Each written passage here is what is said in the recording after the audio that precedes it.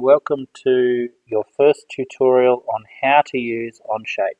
You've probably already watched the video on how to create an account. Now that you have created an account, I'm going to show you how to create a document.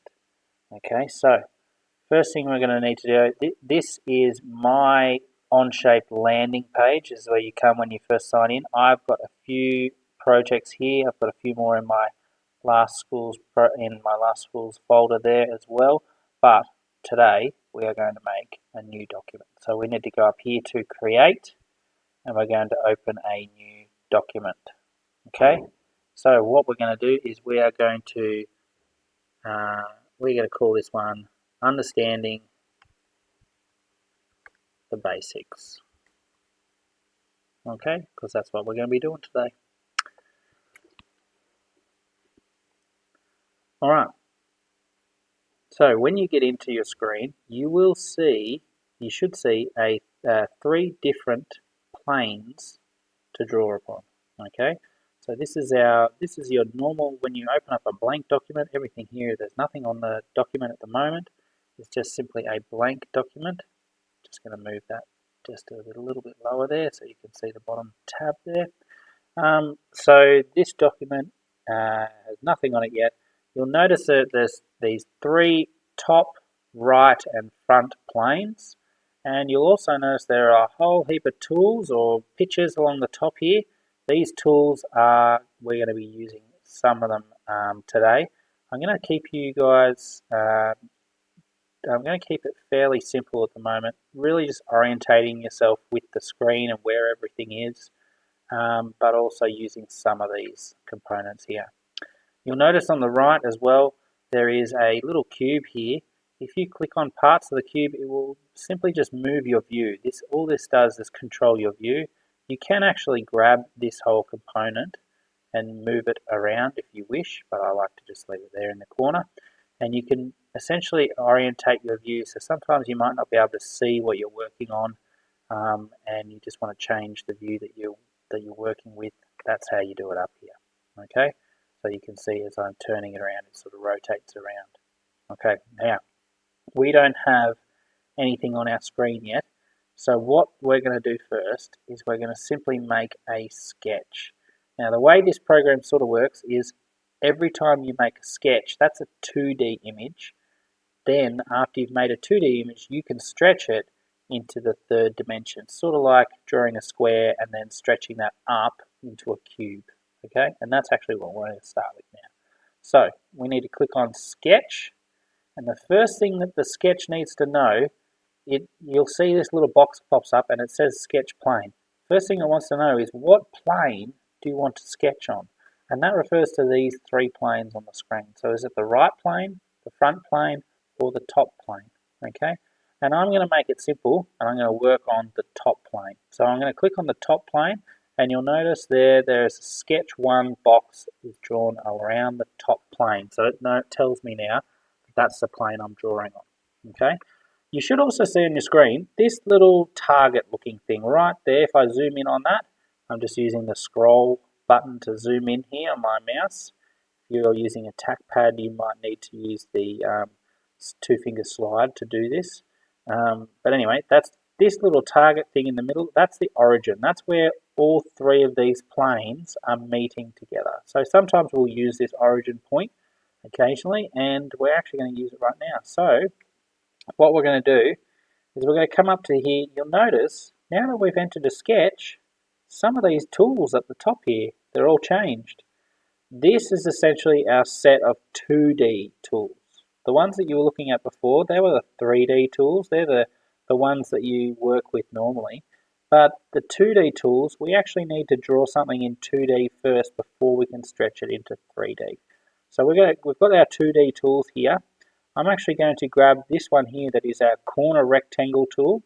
And if you just hover your mouse over that tool, it will actually tell you what it is. It'll even tell you the little quick key shortcut for it. You'll see here for the circle, it is a C. If you press C on your keyboard, you'll draw a circle. If you press G on your keyboard, you'll go to the rectangle. So we're going to use the rectangle tool. I'm just going to click on that one. There are different types of rectangles. If you use the drop-down menu, you'll see there's 2 different types of rectangles. One of them is drawing it from corner to corner, and the other one is drawing it from the middle to the corner. We might actually use both today, okay? So first of all, we're going to use the corner to corner rectangle, and I'm actually going to simply draw sorry, I didn't have it selected, a rectangle on this top plane.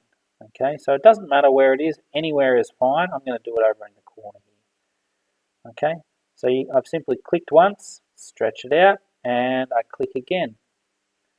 Now you'll notice once you've clicked a second time, these two boxes now become available. You'll see that if I zoom in here, it's drawn my rectangle, but it's drawn it to be 40.204 millimeters wide. Now say I didn't want it 40.2 millimeters wide. If you notice that the box is actually got the number has got a white box around it, that means I'm able to change it. So if I simply type on my keypad now, let's make this box 50 millimeters wide. So I'll change it to 50 and I'll hit enter.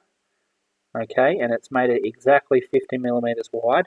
And you'll notice it's gone over. Now the box is selected around the other measurement, the other side of the rectangle here. It's made it 68 millimeters tall. I want to make it, instead of 50 millimeters, instead of 68, I'm going to make it 50 as well. So it's going to be a square. Okay, same height as the width. Okay, and once I'm happy with that sketch, I can click this little tick box here and in the sketch one. So sketch one is now complete. I'm happy with it. I'm finished.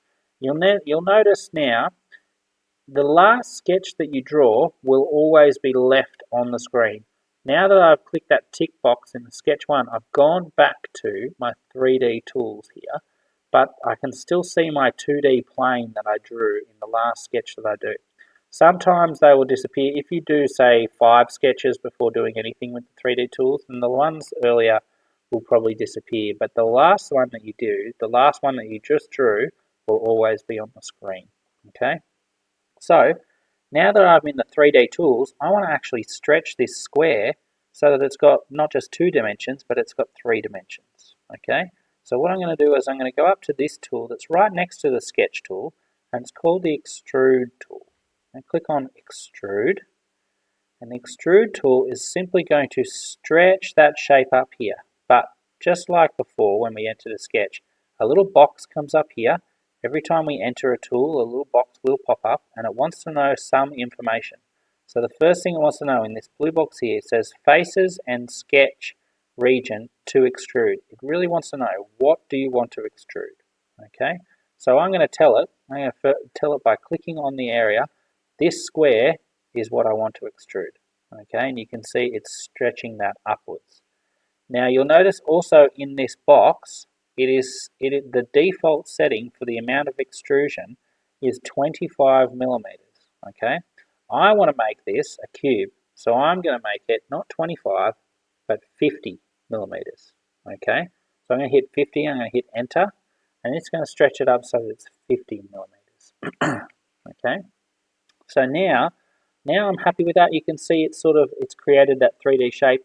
Once I am happy with that, then I can click the tick box again. And there we go. We have a solid 3D cube in our space now. Okay, so I can move and orientate my screen now, moving around and around until I move back to the same position. So that is a simple cube. Now, you'll also notice once you have made this cube, on the left-hand side of the screen here, there is a list of all the steps that you've gone through to make the cube. So I've got one sketch, that was the 2D shape, and I've got the extrusion there, the stretching that shape up into the 3rd dimension. Okay, so if you ever wanted to change that, say for example you were like, oh, I just realized actually I didn't want a 50 by 50 cube, I wanted a 40 by 40 cube. You could go back into your sketch by double clicking the sketch here, and it will take you back to this screen that we saw earlier, and you can go and double click on the 50 measurement and change it to be a 40 measurement. So now I've gone in and I've changed my cube to be 40 by 40 millimeters wide, and again I'm going to click the tick in the sketch 1 box. So I've finished the sketch, And there it is. Now, it's actually not a cube anymore. It's a rectangle because our extrusion is still 50 millimeters tall. So if I go ahead and double click the extrusion now, I can also edit and change the extrusion. So maybe I do want it still a cube, but 40 by 40 cube. So I'm going to change that to be 40 mil tall. Okay. And there we go. Now I've got a 40 by 40 cube, and I didn't add any more sketches. I've still only got one sketch and one extrusion, but I've gone in and I've changed it. Okay. So that's one cube. Let's go ahead and make now, we're going to make another simple shape. We're going to use a new sketch. So I'm going to click on sketch, and this is going to enter sketch 2. And I'm going to click again, I'm going to click on the top plane. This is the plane I want to draw on. So the sketch plane, you'll see in the blue box there, it wants to know the sketch plane.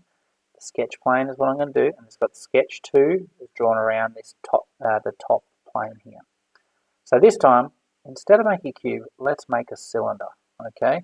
So let's start with our circle tool, okay? Our center point circle tool. So click on this tool, and I'm going to draw this tool from the very center. You'll notice when I get close to the center, it actually lights up yellow. And you can see sometimes there's these little dotted lines coming off it. That means it's perpendicular from one of those planes. But what I can do is I can actually zoom in a little bit on this origin point. If I move my cursor on top of that origin point, you'll notice if I get right on it, it gets this little yellow box around the origin point. That box shows me that I'm clicking right on that point. If you're holding it near it, it may light up yellow, but it won't have the box around it. That means you're right next to the origin point. But if I get it right on it, it's got a little box around it. So I can click there. I've clicked once, and again, just like the rectangle, I've clicked once and then I'm stretching it out. And remember, I don't care how much I stretch it out, because remember, I always get that chance to redefine the size. So you don't have to worry about, oh, I want it to be exactly 60. I'm going to try and slide my mouse out until it's exactly, oh, I've gone too far, I've got to come back, and oh, no, that's too far. It takes a very long time to try and get right like that. Doesn't matter really.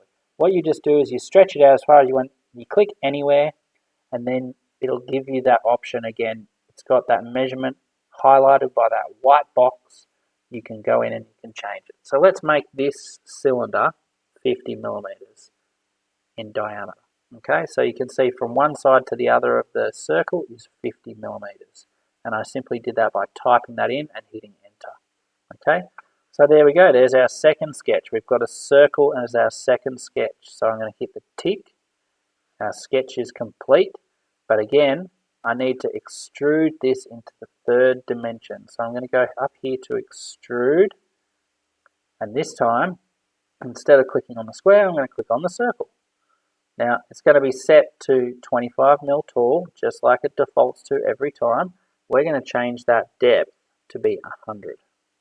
Okay, so I've stretched out my cylinder now to be 100 millimeters long, and I'm going to hit the tick, and there we go. We've got a cylinder, we've got a rectangle and a cylinder now. Now, you'll notice as well, these two objects are two different colors. I have a blue rectangle, a blue cube, and a grey cylinder.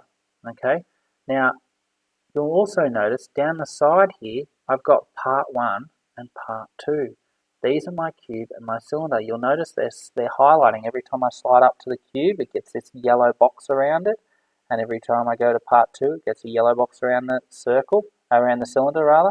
So these are two separate individual parts, okay?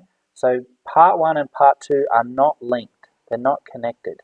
If they were connected, if they were touching, they would all be one color, and they will be listed here as just one part. But we've got actually two parts, and that's important when it comes to assembling our parts later, and we'll get to that in another video, okay? But at the moment, we've got two parts, a rectangle, or a cube rather, and a cylinder, okay? So there's some basics of understanding for Onshape today. I'm not going to take that any further. You guys can wait for my next video before we go and do something else. Hopefully that was helpful. If there's any problems there, you feel free to send me an email or put something on the Google Classroom. Okay, that's all for me. I'll look forward to seeing you in my next video. Goodbye.